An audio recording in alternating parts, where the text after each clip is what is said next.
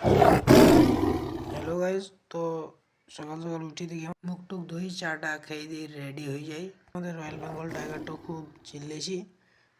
আমি দুটো হরিণ আর একটি কুমির ধরার লেগে যাব। তো দেখি ও ভোক্কার মাল বেড়ে খুব খায়, বা ছোটো বড় পেটে বহুত খায়।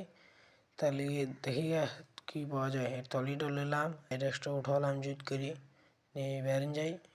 যেতে যেতে কি হলো সব কিছু আছে এই ভিডিওটাতেই দেখছি। বিশু আমি খুব ব্যাটেল মারছি, বা আমি এবার হেসে দিলাম নিয়ে এখন যেতে যেতে দেখি কোথা পাওয়া যায়। এই এখন এই মাল এখানে পাওয়া যাবে দেখছি।